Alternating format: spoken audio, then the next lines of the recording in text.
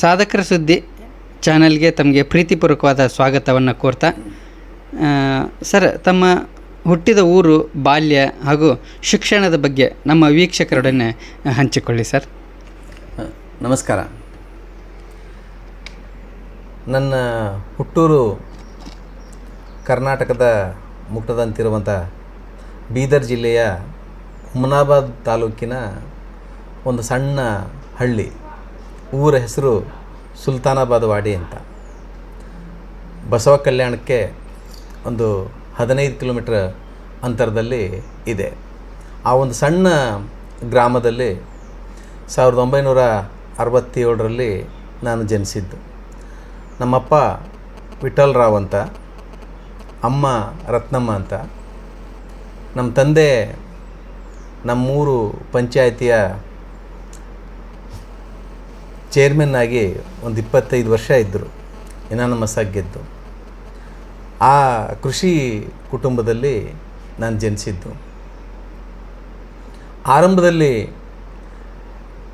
ಮೊದಲ 4ನೇ ತರಗತಿವರೆಗೆ ನಮ್ಮೂರಿನಲ್ಲೇ ನನ್ನ ಶಿಕ್ಷಣ ಆಯಿತು, ಸರ್ಕಾರಿ ಶಾಲೆಯಲ್ಲಿ. ನಮ್ಮೂರಲ್ಲಿ ಇದ್ದದ್ದೇ 4ನೇ ತರಗತಿವರೆಗೆ.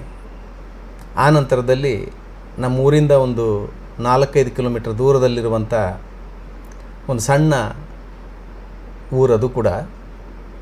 ಅಲ್ಲಿ 5ನೇ ತರಗತಿಯಿಂದ 8ನೇ ತರಗತಿವರೆಗೆ ಅಲ್ಲಿ ಓದಿದೆ. ಅದು ಭಾಳ ವಿಶೇಷವಾದ ಶಾಲೆ. ಸ್ವಲ್ಪ ನಮ್ಮೂರಿಗಿಂತ ಸ್ವಲ್ಪ ದೊಡ್ಡೂರು. 8ನೇ ತರಗತಿವರೆಗೆ ಅಲ್ಲಿ ಸ್ಕೂಲಿತ್ತು. ಆ ಸ್ಕೂಲ್ನಲ್ಲಿ ಕರ್ನಾಟಕದ ಬೇರೆ ಬೇರೆ ಭಾಗದಿಂದ ಬಂದಂಥ ಅಧ್ಯಾಪಕರಿದ್ದರು. ಒಂದು 20-25 ಜನ ಅಧ್ಯಾಪಕರಿದ್ದರು. ಎಲ್ಲರೂ ಸ್ವಲ್ಪ ವಿಶೇಷವಾಗಿ ಮಕ್ಕಳನ್ನು ಕಾಳಜಿ ವಹಿಸುವಂಥ ಅಧ್ಯಾಪಕ ವರ್ಗ ಇತ್ತು. 5ನೇ ತರಗತಿಯಿಂದ 7ನೇ ತರಗತಿವರೆಗೆ ನಮಗೆ ವಿಶೇಷವಾದ ಕೆಲವು ಆಸಕ್ತಿದಾಯಕವಾದಂಥ ಪುಸ್ತಕಗಳನ್ನು ಓದಿಸೋದಕ್ಕೆ ಹಚ್ಚಿದರು. ಸ್ವಾತಂತ್ರ್ಯದಲ್ಲಿ ತೊಡಗಿಸ್ಕೊಂಡಿರೋಂಥ ಭಗತ್ ಸಿಂಗ್ ಇರ್ಬೋದು, ಚಂದ್ರಶೇಖರ್ ಆಜಾದ್ ಇರ್ಬೋದು, ಗಾಂಧಿ ಇರ್ಬೋದು, ನೆಹರು ಇರ್ಬೋದು ಅಂಥ ಮಹನೀಯರ ಜೀವನ ಘಟನೆಗಳಿಗೆ ಸಂಬಂಧಪಟ್ಟಾಗೆ, ಅವರು ಸ್ವಾತಂತ್ರ್ಯಕ್ಕಾಗಿ ಹೋರಾಡಿದ ವಿಧಾನಗಳಿಗೆ ಸಂಬಂಧಪಟ್ಟಾಗೆ ಸಣ್ಣ ಪುಸ್ತಕಗಳು ಓದೋದು ಕೊಡೋರು. ಆ ಪುಸ್ತಕಗಳನ್ನು ಓದೋದ್ರ ಮೂಲಕ ನಾವು ಸ್ವಲ್ಪ ಬೇರೆ ಏನಾದರೂ ಓದಬೇಕಲ್ಲ ಅನ್ನುವಂಥ ಹಂತಕ್ಕೆ ತಲುಪಿದ್ದು 5-6ನೇ ತರಗತಿಯಲ್ಲಿ. ಆನಂತರದಲ್ಲಿ ನಾನು 9ನೇ ತರಗತಿಗೆ ಕಾರಣಾಂತರದಿಂದ ಬೆಂಗಳೂರಿಗೆ ಹೋಗ್ಬೇಕಾಗಿ ಬಂತು. ಬೆಂಗಳೂರಿನ ಕಾಕ್ಸ್ಟೌನ್ನಲ್ಲಿರುವಂಥ ಒಂದು ಕಾರ್ಪೊರೇಷನ್ ಹೈಸ್ಕೂಲ್ನಲ್ಲಿ ನನ್ನ 9ನೇ ತರಗತಿ ಓದಿದೆ. ಮತ್ತು ಕೆಲವು ಕಾರಣಾಂತರದಿಂದ ನನ್ನ 10ನೇ ತರಗತಿ ಕಲಬುರಗಿಯಲ್ಲಿ ಓದಿದೆ, ಮಿಲಿಂದ್ ಹೈಸ್ಕೂಲಲ್ಲಿ. ಅಲ್ಲೂ ಕೂಡ 1 ವರ್ಷ ಮುಗಿಸಿದ ಮೇಲೆ PUCಗೆ ಊರ ಹತ್ರ ಹೋಗಬೇಕು ಅಂತ ಮತ್ತು ನಮ್ಮ ತಾಲೂಕಾದ ಹುಮನಾಬಾದಲ್ಲಿ ಸರ್ಕಾರಿ PU ಕಾಲೇಜಿನಲ್ಲಿ 1 ವರ್ಷ ಓದಿದೆ. ಆವಾಗ ಇಲ್ಲ ನಾನು ಬೇರೆ ಹೆಚ್ಚಿನ ಓದಿಗೆ ಮುಂದೆ ಹೋಗಬೇಕಾದ್ರೆ ಈ ಹಳ್ಳಿ ಕಡೆ ಬರೋದು ಸರಿಯಲ್ಲ ಅಂತ ಅನಿಸಿ ಮನೆಯಲ್ಲಿ ಕೇಳದೆ ನಮ್ಮ ಅಮ್ಮನಿಗೆ ಒಂದಷ್ಟು ತಿಳಿಸಿ, ನಮ್ಮಮ್ಮ ಅವ್ರ ಕಡೆಯಿಂದ ಒಂದು ಸಣ್ಣ ದುಡ್ಡನ್ನು ಇಸ್ಕೊಂಡು ಬೆಂಗಳೂರಿಗೆ ಬಂದೆ. ಬೆಂಗಳೂರಲ್ಲಿ ಮಾಗಡಿ ರಸ್ತೆಯಲ್ಲಿರುವಂಥ ಕಾರ್ಪೊರೇಷನ್ ಜೂನಿಯರ್ ಕಾಲೇಜಿಗೆ ಸೇರಿದೆ. ಆವಾಗ ಭಾಳ ಪಡಬಾರ್ದು ಕಷ್ಟಪಟ್ಟೆ. 2ನೇ PUCಯಲ್ಲಿರುವಾಗ ಹಾಸ್ಟೆಲ್ ಇಲ್ದೇ ಭಾಳ ಒದ್ದಾಡಿ ಒಂದು ದಿವಸ ಇದ್ದಕ್ಕಿದ್ದಾಗೆ ಕರ್ನಾಟಕ ರಾಜ್ಯದ ಅಂದಿನ ಮುಖ್ಯಮಂತ್ರಿಗಳಾಗಿರುವಂಥ ರಾಮಕೃಷ್ಣ ಹೆಗಡೆಯವರ ಮನೆಗೆ ಹೋದೆ. ಆವಾಗ ಆಗ್ತಾನೆ ಈ ಸಾರ್ವಜನಿಕ ಸಂಪರ್ಕವನ್ನು ಬೆಳಗಿನ ಹೊತ್ತು ಅವರು ನಡೆಸ್ತಾಯಿದ್ರು. ಅಲ್ಲಿಗೆ ಹೋದಾಗ ಬೆಳಗ್ಗೆ ಹೊತ್ತು ಅವ್ರಿಗೆ ಹೋಗಿ ಕಂಡಾಗ ಇವನು ಬೀದರ್ ಹುಡುಗ ಅಂತ ತಿಳಿದು ನನ್ನನ್ನು ಪಕ್ಕಕ್ಕೆ ಕರ್ಕೊಂಡೋಗಿ ಒಂದಷ್ಟು ಹೊತ್ತು ಮಾತಾಡಿ ಅವರ ಅಧಿಕಾರಿಗಳಿಗೆ ಕರೆದು ನಾಳೆ ಇವನಿಗೆ ಹಾಸ್ಟೆಲ್ ವ್ಯವಸ್ಥೆ ಆಗಲೇಬೇಕು ಅಂತ ಹೇಳಿ, ಮತ್ತು ಹಾಸ್ಟೆಲ್ ಸಿಕ್ಕ ಮೇಲೆ ನಾನು ಬಂದು ನೀನು ಮೀಟ್ ಮಾಡಬೇಕು ಅಂತ ಹೇಳಿದರು. ಆಮೇಲೆ ನಾನು ಮರುದಿವಸ ವಿಧಾನಸೌಧಕ್ಕೆ ಹೋದಾಗ ವಿಧಾನಸೌಧ ಅಧಿಕಾರಿಗಳು ವಿಶ್ವೇಶ್ವರಯ್ಯ ಫೋಡಮಲ್ಲಿರುವಂಥ ಸಮಾಜ ಕಲ್ಯಾಣ ಇಲಾಖೆ ಕರ್ಕೊಂಡೋಗಿ ನನಗೆ ಹಾಸ್ಟೆಲನ್ನು ಕೊಡಿಸಿದ್ರು. ಆನಂತರದ ಮರುದಿವಸ ನಾನು ಹೋಗಿ ಹೇಳಿದ ಮೇಲೆ ಖುಷಿಯಾಯಿತು. ನೀನು ಓದಿ ತುಂಬ ಚೆನ್ನಾಗಿ ಓದಿ ಮುಂದೆ ಬರಬೇಕು, ಆವಾಗಲೇ ನಾನು ನಿನಗೆ ಹಾಸ್ಟೆಲ್ ಕೊಡಿಸಿ ಸಾರ್ಥಕ ಆಗುತ್ತೆ ಅಂತ ಹೇಳಿದರು. ಅಲ್ಲಿಂದ ನನ್ನ ಓದಿನ ತಿರುವು ಸ್ವಲ್ಪ ಬೇರೆ ಥರ ಆಯಿತು. PUC ಮುಗಿಸ್ಕೊಂಡು ನಾನು ಪದವಿಗೆ ಜಯನಗರದಲ್ಲಿರುವಂಥ ನ್ಯಾಷನಲ್ ಕಾಲೇಜ್ ಸೇರಿದೆ. ಅಲ್ಲಿ ನನಗೆ ಭಾಳ ವಿಶೇಷವಾದ ಮೇಷ್ಟ್ರುಗಳು ಸಿಕ್ಕರು. ಆಗಲೇ ಸಾಹಿತ್ಯದಲ್ಲಿ ಹೆಸರು ಮಾಡಿರುವಂಥ HS ರಾಘವೇಂದ್ರ ರಾವ್ ಇರ್ಬೋದು, KL ಗೋಪಾಲಕೃಷ್ಣಯ್ಯ, KM ಕೋದಂಡರಾಮ್ ಶೆಟ್ಟಿ ಅಂತ ಅಧ್ಯಾಪಕರಿದ್ದರು. ಅವ್ರ ಜೊತೆಗೆ ಬಸವನಗುಡಿ ನ್ಯಾಷನಲ್ ಕಾಲೇಜಲ್ಲಿ GR ಇದ್ದರು. ಅವ್ರ ಸಂಪರ್ಕಕ್ಕೆ ಬಂದ್ವಿ. ಆ ಸಂಪರ್ಕಕ್ಕೆ ಬಂದ ಮೇಲೆ ನಮ್ಮ ಓದಿನ ವಿಸ್ತಾರ ಹೆಚ್ಚಾಯಿತು. ಆ ನಂತರದಲ್ಲಿ ಸಾಹಿತ್ಯದಲ್ಲಿ ಆಸಕ್ತಿ ಬೆಳೆದು ಕನ್ನಡ ಸಾಹಿತ್ಯದಲ್ಲಿ ಸ್ನಾತಕೋತ್ತರ ಪದವಿ ಮಾಡಬೇಕು ಅಂತ ಬೆಂಗಳೂರು ವಿಶ್ವವಿದ್ಯಾಲಯಕ್ಕೆ ಸೇರಿದೆ. ಬೆಂಗಳೂರು ವಿಶ್ವವಿದ್ಯಾಲಯದಲ್ಲಿ ಆವಾಗ ಭಾಳ ಅದ್ಭುತವಾದ ಮೇಷ್ಟ್ರುಗಳಿದ್ದರು, ಭಾಳ ಘಟಾನುಘಟಿಗಳಿದ್ದರು. ಅವರ ಅಂಡರಲ್ಲಿ ನಾನು 2 ವರ್ಷಗಳ ಕಾಲ ಓದಿದೆ. ಹಂಪ ನಾಗರಾಜ ಇರ್ಬೋದು, M ಚಿದಾನಂದಮೂರ್ತಿ ಇದ್ದರು, ಮರುಳಸಿದ್ದಪ್ಪ ಇದ್ದರು, ಬರಗೂರು ರಾಮಚಂದ್ರಪ್ಪ, ಸಿದ್ಧಲಿಂಗಯ್ಯ, KV ನಾರಾಯಣು, ಕೀರಂ ನಾಗರಾಜು, DR ನಾಗರಾಜು, ಕಲ್ಲುಗುಡಿ, ಹೀಗೆ ಕನ್ನಡ ಸಾಹಿತ್ಯದಲ್ಲಿ ಮತ್ತು ಕನ್ನಡ ಸಾಂಸ್ಕೃತಿಕ ಜಗತ್ತಿನಲ್ಲಿ ಭಾಳ ಹೆಸರು ಮಾಡಿರುವಂಥ ಅಧ್ಯಾಪಕರು ನನಗೆ ಮೇಷ್ಟ್ರಾಗಿದ್ದರು. ಅಲ್ಲಿ ನನ್ನ ಆಸಕ್ತಿ ಸ್ವಲ್ಪ ಡಿವೇಷನ್ ತಗೋತು. ಅಂದರೆ ಆ ಸಂದರ್ಭದಲ್ಲಿ ಅಂದರೆ ನಾನು ನ್ಯಾಷನಲ್ ಕಾಲೇಜಿಗೆ ಸೇರಿದಾಗಲೇ ಅಲ್ಲಿ HN ಕಲಾಕ್ಷೇತ್ರ ಇತ್ತು. ನಾಟಕಕ್ಕೆ ಭಾಳ ಹೆಸರುವಾಸಿಯಾದ ಜಾಗ ಅದು ಕೂಡ. ಕಲಾಕ್ಷೇತ್ರ ಬಿಟ್ಬಿಟ್ರೆ, ರವೀಂದ್ರ ಕಲಾಕ್ಷೇತ್ರ ಬಿಟ್ಬಿಟ್ರೆ ಸಾಂಸ್ಕೃತಿಕ ಕಾರ್ಯಕ್ರಮಗಳೆಲ್ಲವೂ ಕೂಡ HN ಕಲಾಕ್ಷೇತ್ರದಲ್ಲಿ ನಡೀತಾ ಇತ್ತು. ಹಾಗಾಗಿ ಪ್ರತಿ ವರ್ಷವೂ ಕೂಡ ಅಲ್ಲಿನ ಎಲ್ಲ ತರಗತಿಗಳಿಗೂ ಈ ನಾಟಕದ ಕಾಂಪಿಟೇಷನ್ ನಡೀತಾ ಇತ್ತು. ಇಂಟರ್ ಕಾಲೇಜ್ ಕಾಂಪಿಟೇಷನ್, ನಾಟಕದ ಕಾಂಪಿಟೇಷನ್ ನಡೀತಾ ಇತ್ತು. ಅದರಲ್ಲಿ ಭಾಗವಹಿಸಬೇಕಾಗಿ ಬಂತು. ನನಗಾಗಲೇ ಹೇಳಿದಾಗೆ HS ರಾಘವೇಂದ್ರ ರಾವ್ ಇರ್ಬೋದು, KL ಗೋಪಾಲಕೃಷ್ಣ ಇರ್ಬೋದು, ಮತ್ತು ಅಲ್ಲಿಗೆ ಬಂದು ಹೋಗ್ತಾ ಇದ್ದಂಥ ಅನೇಕ ಸಾಹಿತಿಗಳ ಸಹವಾಸದಿಂದ ಥಿಯೇಟ್ರಲ್ಲೂ ಕೂಡ ಯಾಕೆ ಕೆಲಸ ಮಾಡಬಾರ್ದು ಅನಿಸಿ ಪ್ರತಿ ವರ್ಷವೂ ಕೂಡ ಅಲ್ಲಿನ ರಂಗಭೂಮಿ ಚಟುವಟಿಕೆಯಲ್ಲಿ ತೊಡಸ್ಕೊಳ್ಳಂಗಾಯಿತು.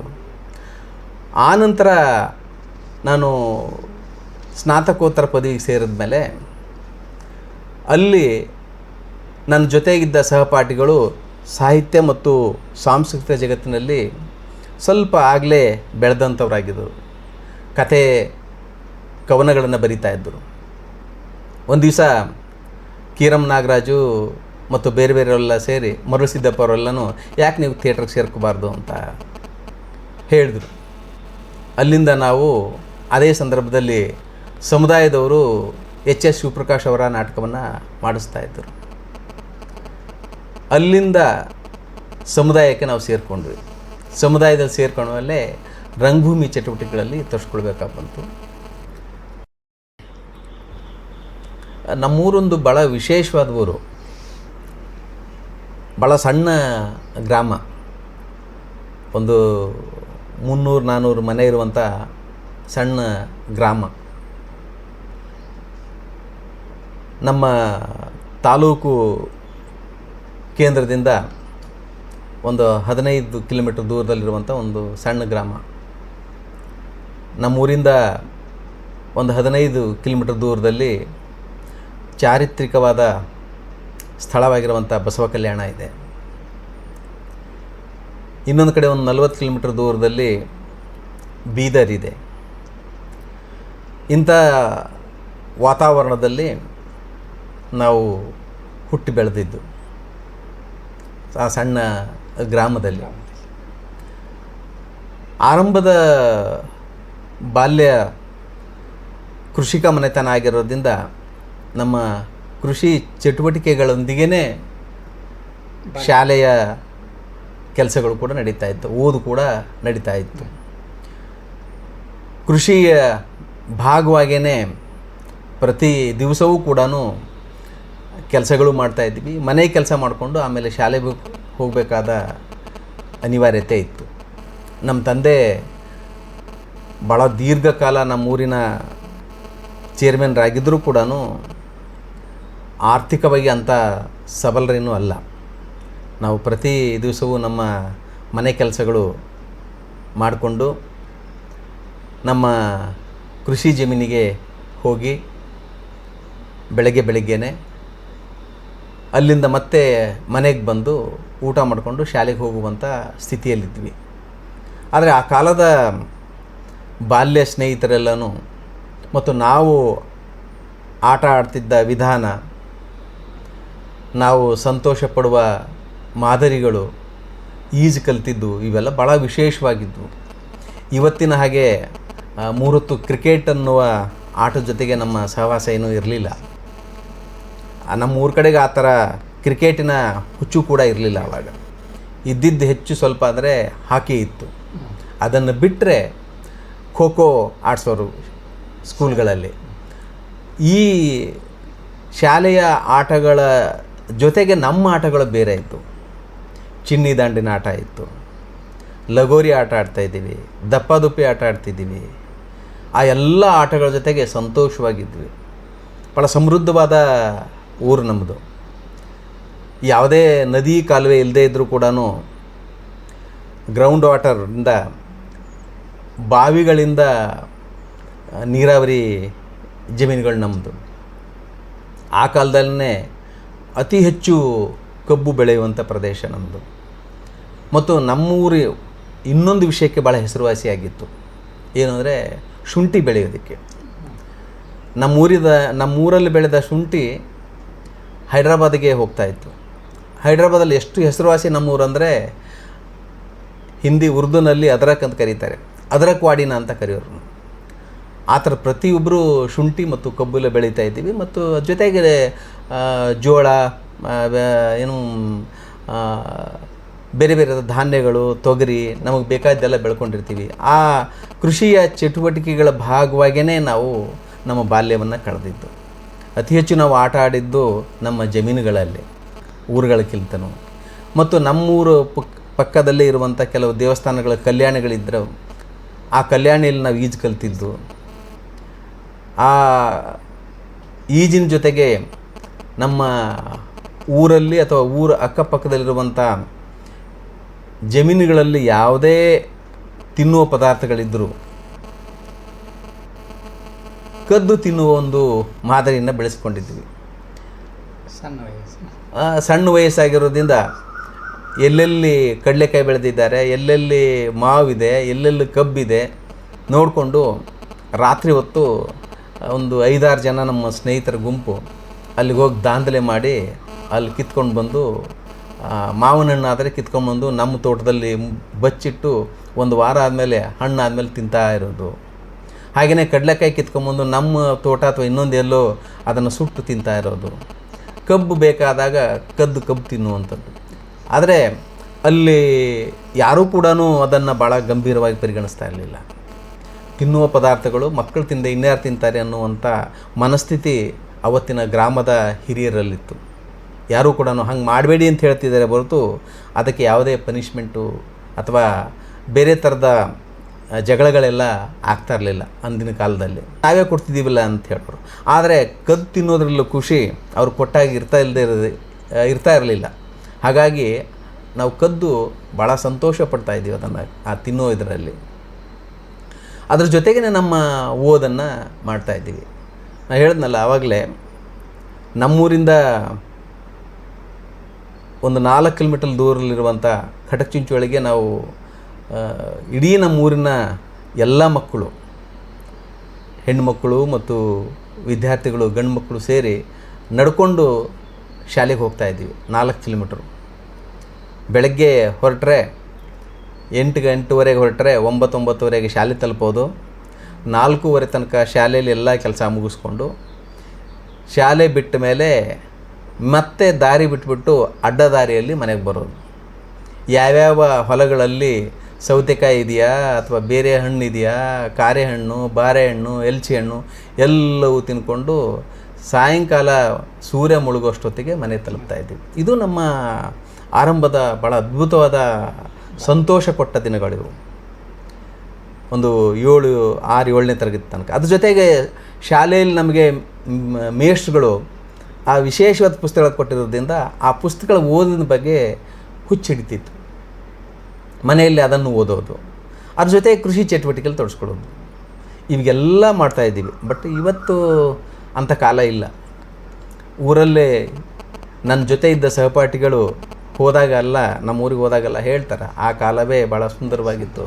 ಇವಾಗ ತುಂಬ ಗಂಭೀರವಾದ ಪರಿಸ್ಥಿತಿಗಳಾಗಿದೆ. ಒಂದು ಸಣ್ಣ ವಸ್ತುವನ್ನು ಯಾರಾದರೂ ಕದ್ದರೂ ದೊಡ್ಡ ಗಲಾಟೆಗಳಾಗಿ ಸಂಬಂಧಗಳೇ ಕಿತ್ತು ಹೋಗೋಗಾಗಿದೆ. ಹಳ್ಳಿಗಳೆಲ್ಲನೂ ಮೊದಲಿನ ಥರ ಇಲ್ಲ ಅಂತ ಹೇಳ್ತಾರೆ. ಬಟ್ ಆ ದಿನಗಳು ನೆನೆಸ್ಕೊಂಡ್ರೆ ಭಾಳ ಖುಷಿಯಾಗುತ್ತೆ. ಆದರೆ ನನ್ನ ಬಾಲ್ಯ ಸ್ನೇಹಿತರು ಯಾರೂ ಹೆಚ್ಚು ಓದಲಿಲ್ಲ. ಬಹುಶಃ ನನ್ನ ಊರಿನ ನನ್ನ ಬಾಲ್ಯದ ಸ್ನೇಹಿತರಲ್ಲಿ ನಾನೊಬ್ಬನೇ ಇಷ್ಟು ಸ್ನಾತಕೋತ್ತರ ಪದವಿ ಮುಗಿಸಿ MPhil PhD ಮಾಡೋ ತನಕ ಓದನ್ನು ಮುಗಿಸಿದ್ದು. ಆದರೂ ನಾನು PUC ಡಿಗ್ರಿ ಇದ್ದಾಗಲೂ ಕೂಡ ಊರಿಗೆ ಹೋದಾಗೆಲ್ಲನೂ ಕೃಷಿ ಚಟುವಟಿಕೆಯಲ್ಲಿ ತೊಡಸ್ಕೊಳ್ತಾ ಇದ್ದೆ. ಆವಾಗಲೂ ಆ ಖುಷಿ ಇತ್ತು. ಈಗ ಕಳೆದ ಒಂದು 15-20 ವರ್ಷಗಳಲ್ಲಿ ಆ ವಾತಾವರಣ ಸಂಪೂರ್ಣವಾಗಿ ಬದಲಾಗಿದೆ. ಹಳ್ಳಿಯ ವಾತಾವರಣ ಕಾಲಕ್ಕೆ ತಕ್ಕ ಹಾಗೆ ಬದಲಾಗಿದೆ ಅಂತ ಅನಿಸ್ತದೆ. ಬಟ್ ಹಳೆಯ ದಿನಗಳು ಈಗಲೂ ಕೂಡ ನಾವು ನೆನೆಸ್ಕೊಳ್ಳೋದಕ್ಕೆ ಅತ್ಯಂತ ಸುಂದರವಾದ ದಿನಗಳು ಅಂತ ನನಗೆ ಅನ್ನಿಸ್ತದೆ. ಸರ್, ಇದುವರೆಗೂ ತಮ್ಮ ಸುಂದರವಾದ ಬಾಲ್ಯದ ದಿನಗಳನ್ನು ಮೆಲುಕು ಹಾಕಿದ್ರಿ. ಅದೇ ರೀತಿಯಾಗಿ ತಮ್ಮ ಈ ಆಸಕ್ತಿ ಇರುವಂತಹ ಕ್ಷೇತ್ರಗಳು ಯಾವ್ಯಾವು ಸರ್? ನನಗೆ ಬಾಲ್ಯದಲ್ಲಿ ಆಸಕ್ತಿ ಇದ್ದಿದ್ದು ಒಬ್ಬ ಪೇಂಟ್ರ್ ಆಗಬೇಕು ಅಂತ ಭಾಳ ಆಸಕ್ತಿ ಇತ್ತು. ಭಾಳ ಚಿಕ್ಕ ವಯಸ್ಸಲ್ಲೇ ನಾನು ತುಂಬ ಚಿತ್ರಗಳನ್ನು ಕೂಡ ಬರಿತಾ ಇದ್ದೆ. ಆದರೆ ಆನಂತರದಲ್ಲಿ ನನ್ನ ಓದಿನ ಮಾರ್ಗಗಳು ಬೇರೆ ಆಗಿರೋದ್ರಿಂದ ನಾನು ನ್ಯಾಷನಲ್ ಕಾಲೇಜ್ ಸೇರಿದ ಮೇಲೆ ಸಾಹಿತ್ಯದ ಹುಚ್ಚು ಹಿಡಿದ ಮೇಲೆ ಅದು ಪಕ್ಕಕ್ಕೆ ಹೊಟ್ಟೋಯ್ತು. ಮತ್ತು ನಾನು ಊರು ಬಿಟ್ಟು ಹೋದ ಕಾಲ ಇತ್ತಲ್ಲ, ಚಿತ್ರಕಲೆಗೊಂದು ಪ್ರತ್ಯೇಕವಾದ ಶಾಲೆ ಮತ್ತು ಕಾಲೇಜಿವೆ ಅಂತ ನಮಗೆ ಗೊತ್ತಿರಲಿಲ್ಲ ಆವಾಗ. ಹಾಗಾಗಿ PUC ಮಾಡಿದೆ, ಪದವಿ ಸೇರಿಕೊಂಡೆ. ಪದವಿ ಸೇರಿದ ಮೇಲೆ ಅಲ್ಲಿ ಸಾಹಿತ್ಯದ ಆಸಕ್ತಿ ಬೆಳೆದ್ರಿಂದ ಕನ್ನಡ MAಗೆ ಬಂದೆ. ಹಾಗಾಗಿ ನನ್ನ ನಿಜವಾದ ಮೊದಲ ಆಸಕ್ತಿ ಇದ್ದ ಕ್ಷೇತ್ರ ಚಿತ್ರ. ಆನಂತರದಲ್ಲಿ ಸಾಹಿತ್ಯಕ್ಕೆ ಶಿಫ್ಟ್ ಆದೆ. HS ರಾಘವೇಂದ್ರ ಅವರು, KL ಗೋಪಾಲಕೃಷ್ಣಯ್ಯ ಅವರು ಮುಂತಾದ ಟೀಚರ್ಸ್ ಎಲ್ಲ, GR ಅವರು ಎಲ್ಲ ಸಿಕ್ಕಿರೋದ್ರಿಂದ ಸಾಹಿತ್ಯದ ಓದಿನ ಕಡೆಗೆ ನಾವು ವಾಲ್ಕೊಂಡ್ವಿ. ಸ್ನಾತಕೋತ್ತರ ಪದವಿಗೆ ಬಂದ ಮೇಲೆ ನಮ್ಮ ಸಾಹಿತ್ಯದ ವಿದ್ಯಾರ್ಥಿಯಾದ ನಾನು ವಿಶೇಷ ಪತ್ರಿಕೆಯನ್ನು ಭಾಷಾಶಾಸ್ತ್ರವನ್ನು ತಗೊಂಡೆ. ನಿಮಗೆ ಬೇರೆ ವಿಶ್ವವಿದ್ಯಾಲಯಕ್ಕೆ ಕಂಪೇರ್ ಮಾಡಿದ್ರೆ, ತುಲನೆ ಮಾಡಿದ್ರೆ ನಿಮಗೆ ಬೇರೆ ವಿಶ್ವವಿದ್ಯಾಲಯಗಳು ಅಂದರೆ ಮೈಸೂರು ಮತ್ತು ಧಾರವಾಡ ಕರ್ನಾಟಕ ವಿಶ್ವವಿದ್ಯಾಲಯದಲ್ಲಿ ಭಾಷಾಶಾಸ್ತ್ರದ ಸಂಬಂಧಪಟ್ಟ ಹಾಗೆ ಪ್ರತ್ಯೇಕ ಸ್ನಾತಕೋತ್ತರ ಪದವಿಗಳಿವೆ. ಸಾಹಿತ್ಯದ ಸ್ನಾತಕೋತ್ತರ ಪದವಿ ಬೇರೆ. ಆದರೆ ಬೆಂಗಳೂರು ವಿಶ್ವವಿದ್ಯಾಲಯದಲ್ಲಿ ಸ್ನಾತಕೋತ್ತರ ಪದವಿ ಒಳಗಡೆನೇ ನಿಮಗೆ ಮೊದಲ ವರ್ಷ ಸಾಹಿತ್ಯದ ಭಾಗವಾಗಿ ಎಲ್ಲ ಸಾಹಿತ್ಯವನ್ನು ಓದಿ 2ನೇ ವರ್ಷದಲ್ಲಿ ವಿಶೇಷ ಪತ್ರಿಕೆಯನ್ನು ಓದ್ತಾ ಇದ್ದೀವಿ. ಸ್ಪೆಷಲೈಸೇಷನ್ ಅಂತ ಕೊಡ್ತಿದ್ರು. ಯಾರು ಅದರಲ್ಲಿ ಜನಪದ ಸ್ಪೆಷಲೈಸೇಷನ್ ತೊಗೊಳ್ಳೋರಿದ್ದರು, ಶಾಸನ ಸ್ಪೆಷಲೈಸೇಷನ್ ಮಾಡೋರಿದ್ದರು, ಮತ್ತು ಭಾಷಾಶಾಸ್ತ್ರ ಒಂದಿತ್ತು. ನಮಗೆ ಭಾಷಾಶಾಸ್ತ್ರ ಸ್ಪೆಷಲೈಸೇಷನ್ ಆಗಿ ನಾವು ತಗೊಂಡ್ವಿ. ಆವಾಗ ನಮಗೆ ಅಲ್ಲಿ ಸಿಕ್ಕಿದ್ದು ಭಾಷಾಶಾಸ್ತ್ರಕ್ಕೆ ಸಂಬಂಧಪಟ್ಟ ಹಾಗೆ KV ನಾರಾಯಣ್ ಅವರು, KP ಭಟ್ ಅವರು. ನಮ್ಮ ಸಾಹಿತ್ಯದ ಆಸಕ್ತಿ ಕ್ಷೇತ್ರದ ಜೊತೆಗೆ ನಮ್ಮ ಸ್ವಲ್ಪ ಆಸಕ್ತಿ ಭಾಷಾಶಾಸ್ತ್ರದ ಕಡೆಗೂ ಕೂಡ ಹೋಯಿತು. ಆ ಭಾಷಾಶಾಸ್ತ್ರ ಹೋಗ್ತಾ ಇರುವಾಗಲೇ ನಾವು ಮೊದಲ ವರ್ಷದ MA ಆರಂಭದ ದಿನಗಳಲ್ಲೇ ರಂಗಭೂಮಿ ಸಂಬಂಧವು ಕೂಡ ಬೆಳೀತು.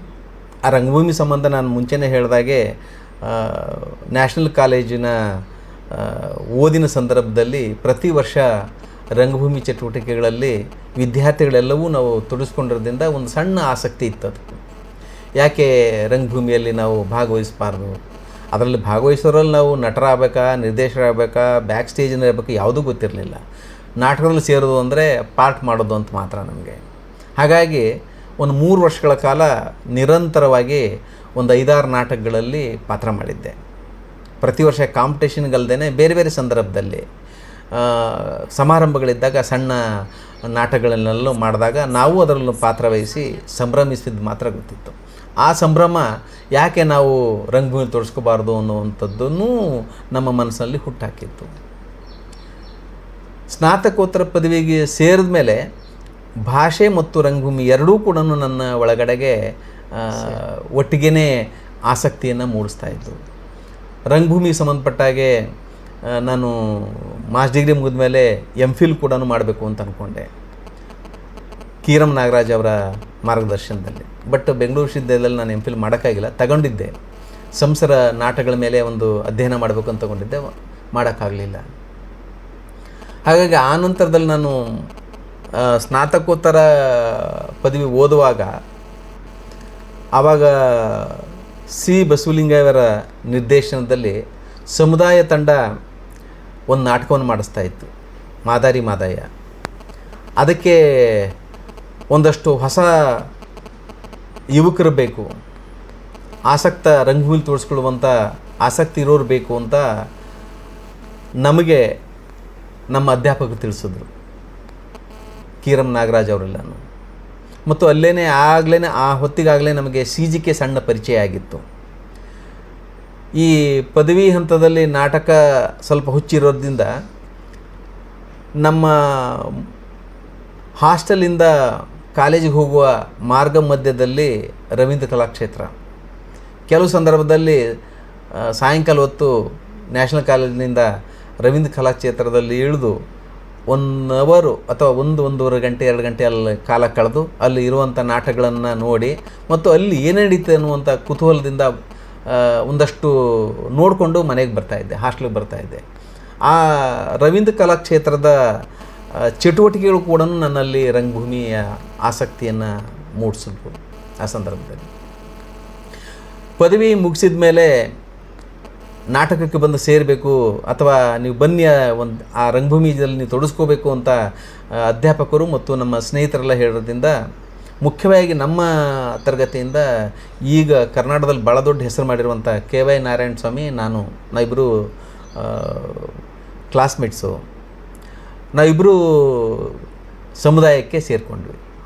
ಸಮುದಾಯಕ್ಕೆ ಸೇರಿಕೊಂಡ್ಮೇಲೆ ನಮ್ಮ ರಂಗಭೂಮಿ ಆಸಕ್ತಿ ತುಂಬ ಮುನ್ನೆಲೆಗೆ ಬಂತು. ಸುಮಾರು ದಿವಸಗಳ ಕಾಲ ಸಮುದಾಯದ ಜೊತೆಗೆ ನಾನು ಒಡನಾಡಿಯಾಗಿದ್ದೆ. ಎಚ್ ಎಸ್ ಶಿವಪ್ರಕಾಶ್ ಅವರ ಮಾದಾರಿ ಮಾದಾಯ ಹೆಚ್ಚು ಕಡಿಮೆ ಒಂದು 70-80 ಶೋಗಳನ್ನು ಮಾಡಿದ್ವಿ. ಕರ್ನಾಟಕ ಅಷ್ಟೇ ಅಲ್ಲ, ಬೆಂಗಳೂರು ಕರ್ನಾಟಕ ಅಷ್ಟೇ ಅಲ್ಲ, ಭಾರತಾದ್ಯಂತ ಅದರ ಶೋಗಳನ್ನು ಮಾಡಿದ್ವಿ. ಮುಂಬೈಲಿ ಮಾಡಿದ್ದೀವಿ, ಕಲ್ಕತ್ತಾದಲ್ಲಿ ಮಾಡಿದ್ವಿ, ರವೀಂದ್ರ ಸದನದಲ್ಲಿ, ಚೆನ್ನೈಯಲ್ಲಿ ಮಾಡಿದ್ವಿ, ಬೇರೆ ಬೇರೆ ದೆಹಲಿಯಲ್ಲಿ ಮಾಡಿದ್ವಿ. ಬೇರೆ ಬೇರೆ ಭಾರತದ ಬೇರೆ ಬೇರೆ ರಾಜ್ಯಗಳಲ್ಲಿ ಬೇರೆ ಬೇರೆ ಥಿಯೇಟ್ರ್ ಆಸಕ್ತಿ ಇರುವಂಥ ಕ್ಷೇತ್ರಗಳಲ್ಲಿ ಈ ನಾಟಕವನ್ನು ಪ್ರದರ್ಶನವನ್ನು ಮಾಡಿದ್ದೀವಿ. ಅಲ್ಲಿ ಬೇರೆ ಬೇರೆ ಕಡೆ ಹೋದಾಗ ಕೋಲ್ಕತ್ತಾ ಅದಕ್ಕೆ ಆದ ಹೆಸರುವಾಸಿಯಾದ ಜಾಗ, ರವೀಂದ್ರ ಸದನದಲ್ಲಿ ಅಲ್ಲಿ ಸುತ್ತಮುತ್ತಲು ನಡೆಯುವ ಕಾರ್ಯಚಟುವಟಿಕೆಗಳು, ದೆಹಲಿಯಲ್ಲಿ ರಂಗಾಯಣ ಜೊತೆಗಿರುವಂಥ ಕಾರ್ಯಚಟುವಟಿಕೆಗಳು, ಹೈದ್ರಾಬಾದಕ್ಕೆ ಹೋದಾಗ ಅಥವಾ ಚೆನ್ನೈಗೆ ಹೋದಾಗ ಅಲ್ಲಿನ ನಡೆಯುವಂಥ ರಂಗಭೂಮಿ ಚಟುವಟಿಕೆಗಳು ಕೂಡ ಕುತೂಹಲ ಮೂಡಿಸಿದ್ದು. ಮತ್ತು ಆನಂತರದಲ್ಲಿ ನಾನು NA ಸೂರಿಯವರ ಮಾರ್ಗದರ್ಶನದಲ್ಲಿ ಸಮುದಾಯದವರೇ ಮಾಡಿಸಿರುವಂಥ ಲೋಯರ್ ಡೆಪ್ಸ್ ಅನ್ನುವಂಥದ್ದು ನಾಟಕದಲ್ಲಿ ಭಾಗವಹಿಸಿದ್ದೆ. ಭಾಳ ಮುಖ್ಯವಾದ ಪಾತ್ರ ಕೂಡ ಮಾಡಿದ್ದೆ. ಅದು ಅಲ್ಲಿ ಭಾಳ ನಮಗೆ ಮುಂದಿನ ಫ್ಯೂಚರ್ ಇದೆ ಅಂತ ಅನ್ನಿಸ್ತಾ ಇತ್ತು ಮತ್ತು ಭಾಳ ಕುತೂಹಲ ಮೂಡಿಸ್ತಾ ಇತ್ತು. ಅದರಲ್ಲಿ ಹೆಚ್ಚು ತೊಡಗಿಸ್ಕೊಳ್ಬೇಕು ಅಂತ ಅನ್ನಿಸ್ತಾ ಇತ್ತು. ಹಾಗಾಗಿ ನನಗೆ ಆ ಒಂದಷ್ಟು ವರ್ಷಗಳ ಕಾಲ ಅಂದರೆ ಪದವಿಯಿಂದ ಸ್ನಾತಕೋತ್ತರ ಪದವಿ ಮುಗಿಯುವವರೆಗೂ ಈ ರಂಗಭೂಮಿ ಚಟುವಟಿಕೆಗಳಲ್ಲಿ ತೊಡಗಿಸ್ಕೊಂಡಿದ್ದೆ. ನನ್ನ ಭಾಷಾಶಾಸ್ತ್ರದ ಆಸಕ್ತಿ ಸ್ವಲ್ಪ ಇದ್ದರೂ ಕೂಡ ನಾನು ಹೆಚ್ಚು ಈ ಸಂದರ್ಭದಲ್ಲಿ ತೊಡಗಿಸ್ಕೊಂಡಿದ್ದು ರಂಗಭೂಮಿಯಲ್ಲಿ. ಹಾಗಾಗಿ ನನಗೆ ಭಾಳ ಪ್ರೀತಿ ಮತ್ತು ಸಂತೋಷ ಕೊಟ್ಟ ಜಾಗ ಯಾವುದು ಅಂದರೆ ರಂಗಭೂಮಿ ಕೂಡ. ಸರಿಗ ರಂಗಭೂಮಿಯ ನಂಟು ಹೇಗೆ ಬೆಳೀತು ಅಂತ ತಾವು ವಿಸ್ತಾರವಾಗಿ ನಮಗೆ ತಿಳಿಸ್ಕೊಟ್ರಿ. ಈಗ ಅದರಲ್ಲಿ ರಂಗಭೂಮಿ ಕ್ಷೇತ್ರದಲ್ಲಿ ಸಕ್ರಿಯವಾಗಿ ತೊಡಗಿಸಿಕೊಳ್ಳದೇ ಇರೋದಕ್ಕೆ ಏನು ಕಾರಣಗಳಿರ್ಬೋದು ಸರ್? ನಾನು ಸ್ನಾತಕೋತ್ತರ ಪದವಿ ಓದುವಾಗ ನಾನು ಆಗಲೇ ಹೇಳಿದಾಗೆ ಸಮುದಾಯದ ಜೊತೆಗಿದ್ದೆ, ಸಮುದಾಯ ತಂಡದ ಜೊತೆಗೆ. ಹೆಚ್ಚು ಕಡಿಮೆ ನಮ್ಮ ಕಾಲೇಜು ಯೂನಿವರ್ಸಿಟಿಯ ಟೈಮ್ ಮುಗಿದ ಮೇಲೆ 9-10 ಗಂಟೆ ತನಕ ನಾವು ಇರ್ತಾಯಿದ್ದು ಕಲಾಕ್ಷೇತ್ರದಲ್ಲಿ ಅಥವಾ ಸಮುದಾಯದ ಆವರಣದ ಒಳಗಡೆ ಸಮುದಾಯದ ತಂಡದ ಜೊತೆಗೆ ಇರ್ತಾಯಿದ್ವಿ. ಹಾಗಾಗಿ ಭಾಳ ನಿರಂತರವಾಗಿ ಅದ್ರ ಜೊತೆಗಿದ್ವಿ. ಹಾಗೇ ಅದು ಮುಂದುವರಿಸಬೇಕು ಅಂತ ಅಂದ್ಕೊಂಡಿದ್ವಿ, ಭಾಳ ಆಸಕ್ತಿ ಕ್ಷೇತ್ರ ಆಗಿರೋದ್ರಿಂದ. ಆದರೆ 91ರಲ್ಲಿ ನಾನು ಒಂದು 6 ತಿಂಗಳು ಒಂದು ವರ್ಷಗಳ ಕಾಲ ಅಮ್ಮಣ್ಣಿ ಕಾಲೇಜಲ್ಲಿ ಒಂದು ಅಷ್ಟು ದಿವಸ MES ಕಾಲೇಜಲ್ಲಿ ಅಧ್ಯಾಪಕನಾಗಿ ಗೆಸ್ಟ್ ಫ್ಯಾಕಲ್ಟಿಯಾಗಿ ಪಾಠ ಮಾಡ್ತಾಯಿದ್ದೆ. ಆವಾಗಲೂ ಕೂಡ ನಾನು ರಂಗಭೂಮಿ ಭಾಗವಾಗಿ ಕೆಲಸ ಮಾಡ್ತಾಯಿದ್ದೆ. ಬೆಳಗಿನ ಹೊತ್ತು ಅಥವಾ ಸಾಯಂಕಾಲ ತನಕ ಬೆಳಗ್ಗೆ ಅಮ್ಮಣ್ಣಿ ಕಾಲೇಜಲ್ಲಿ ಪಾಠ ಮಾಡಿ ಮಧ್ಯಾಹ್ನ ಹೊತ್ತು MES ಕಾಲೇಜಿನಲ್ಲಿ ತರಗತಿ ತಗೊಂಡು ಸಾಯಂಕಾಲ ನಾವು ಕಲಾಕ್ಷೇತ್ರ ಕಡೆಗೆ ಹೋಗ್ತಾಯಿದ್ವಿ.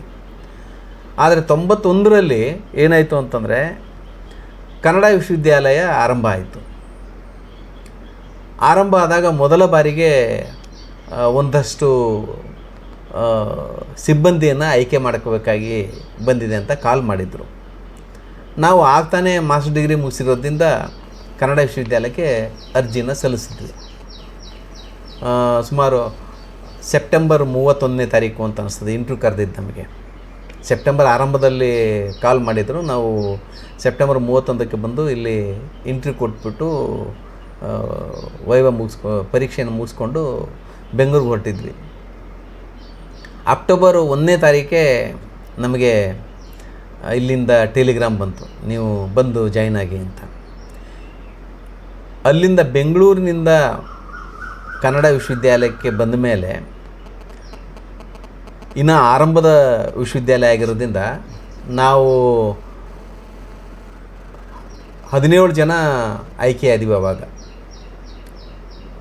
Project assistant ಅಂತಾಗಿ.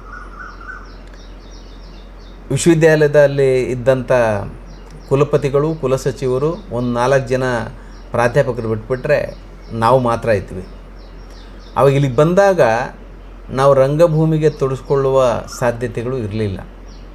ಮತ್ತು ಕನ್ನಡ ವಿಶ್ವವಿದ್ಯಾಲಯದ ಕೆಲಸಗಳಲ್ಲಿ ಸಕ್ರಿಯವಾಗಿ ತೊಡಗಿಸ್ಕೊಳ್ಬೇಕಾಗಿ ಬಂದಿರೋದ್ರಿಂದ ನಮ್ಮ ಕಾರ್ಯಚಟುವಟಿಕೆಗಳೆಲ್ಲವೂ ಕೂಡ ಭಿನ್ನವಾಗಿ ಬೇರೆ ದಾರಿಯನ್ನು ಕಂಡುಕೊಂಡ್ರು. ನಾನು ಮತ್ತು ನನ್ನ ಒಂದು 3-4 ಜನ ಸ್ನೇಹಿತರು, ಪಾಂಡುರಂಗ ಬಾಬು ಅವರು, ಸುಜ್ಞಾನ ಮೂರ್ತಿಯವರು, KV ನಾರಾಯಣ್ ಅವರ ಅಂಡರಲ್ಲಿ ಕೆಲಸ ಮಾಡಬೇಕಾಗಿ ಬಂತು. ಅವರು ಆಗಲೇ ಸಾಹಿತ್ಯ ಮತ್ತು ಭಾಷೆಯಲ್ಲಿ ಭಾಳ ಹೆಸರು ಮಾಡಿದಂಥ ತಜ್ಞರವರು. ಅವರ ಅಂಡರಲ್ಲಿ ಕೆಲಸ ಮಾಡಬೇಕಾಗಿ ಬಂದಿರೋದ್ರಿಂದ ಆರಂಭದಲ್ಲಿ ನಾವು ಏನೇನು ಕೆಲಸ ಭಾಷೆಗೆ ಸಂಬಂಧಪಟ್ಟ ಕೆಲಸಗಳನ್ನ ಅವ್ರ ಜೊತೆಗೆ ಮಾಡಬೇಕಾಗ ಮೊದಲ ಹಂತದಲ್ಲಿ ಭಾಷೆಗೆ ಸಂಬಂಧಪಟ್ಟ ಕೆಲಸ ಮಾಡದೇ ಇದ್ದರೂ ಸಂಶೋಧನಾ ಕರ್ನಾಟಕ ಅನ್ನುವಂಥ ನಾವು ಒಂದು ಯೋಜನೆ ಮಾಡಿದ್ವಿ. ಆ ಯೋಜನೆಯಲ್ಲಿ ತೊಡಗಿಸ್ಕೊಂಡಿದ್ವಿ. ಆ ಯೋಜನೆ ಮುಗಿಯುವಕ್ಕಿಂತ ಮುಂಚೆನೇ ವಿಭಾಗಗಳು ಆರಂಭ ಆದವು. ಆ ವಿಭಾಗಗಳು ಆರಂಭ ಆದಾಗ ಇಲ್ಲಿ ಮಿನಿಮಮ್ ಆಗಿ ಅಂದರೆ ಯಾರ್ಯಾರಿಗೆ ಯಾವ ಆಸಕ್ತಿ ಇದೆಯೋ ಆ ಆಸಕ್ತಿ ಕ್ಷೇತ್ರ ಸಂಬಂಧಪಟ್ಟಾಗೆ ಆ ವಿಭಾಗಕ್ಕೆ ಹಾಕಿದ್ರು. ಅಥವಾ ಇವರು ಈ ಕ್ಷೇತ್ರದಲ್ಲಿ ಕೆಲಸ ಮಾಡ್ಬೋದು ಅಂತ ಅನಿಸಿರೋದ್ರಿಂದ ಅವರೆಲ್ಲ ಅಂಥಂಥ ವಿಭಾಗಕ್ಕೆ ಸೇರಿಸ್ಕೊಂಡ್ರು. ಆ ಸಂದರ್ಭದಲ್ಲಿ ನಾಟಕ ವಿಭಾಗ ಆರಂಭ ಆಗಿರಲಿಲ್ಲ ಕನ್ನಡ ವಿಶ್ವವಿದ್ಯಾಲಯದಲ್ಲಿ. ಕನ್ನಡ ಭಾಷಾಭಿವೃದ್ಧಿ ವಿಭಾಗ ಅಂತ ಆರಂಭ ಆಯಿತು. ಅದರ ಮುಖ್ಯಸ್ಥರಾಗಿ ಡಾಕ್ಟರ್ ಕೆ ವಿ ನಾರಾಯಣ ಅವರಿದ್ದರು. ನಾವು ಅವರ ಅಂಡರಲ್ಲಿ ಕೆಲಸ ಮಾಡಬೇಕಾಗಿ ಬಂತು ಅವಾಗ. ಹಾಗಾಗಿ ಅಂದಿನಿಂದ ಅನಿವಾರ್ಯವಾಗಿ ವೃತ್ತಿಯ ಭಾಗವಾಗಿ ನಾವು ಭಾಷೆಗೆ ಸಂಬಂಧಪಟ್ಟ ಹಾಗೆ ಕೆಲಸ ಮಾಡಬೇಕಾಗಿ ಬಂದಿರೋದ್ರಿಂದ ಮತ್ತು ಕನ್ನಡ ವಿಶ್ವವಿದ್ಯಾಲಯದಲ್ಲಿ ನಾಟಕ ವಿಭಾಗ ಆಗ ಆರಂಭಗೊಳ್ಳದೇ ಇರೋದ್ರಿಂದ ಮತ್ತು ನಾವು ಹೊಸಪೇಟೆ ನಗರದಿಂದ ಹಂಪಿಗೆ ಬಂದು ಹಂಪಿಯಿಂದ ಹೊಸಪೇಟೆಗೆ ಹೋಗೋದ್ರಲ್ಲೇ ರಾತ್ರಿ 8-9 ಗಂಟೆ ಆಗ್ತಿತ್ತು. ಹಾಗಾಗಿ ಸ್ಥಳೀಯ ರಂಗ ಚಟುವಟಿಕೆಗಳಲ್ಲೂ ಕೂಡ ಭಾಗವಹಿಸೋಕ್ಕಾಗದೇ ಇರುವ ಸಂದರ್ಭದಿಂದ ನನ್ನ ಕೆಲಸ ಕಾರ್ಯಗಳೆಲ್ಲವೂ ಸಹಜವಾಗಿಯೇ ಭಾಷಾ ಕೇಂದ್ರಿತವಾಗಿ ಬೆಳೆಯೋಕ್ಕೆ ಆರಂಭದಿಂದ ರಂಗಭೂಮಿ ಚಟುವಟಿಕೆಗಳು ಸಹಜವಾಗಿ ಹಿಂದಕ್ಕೆ ಹೋಯಿತು.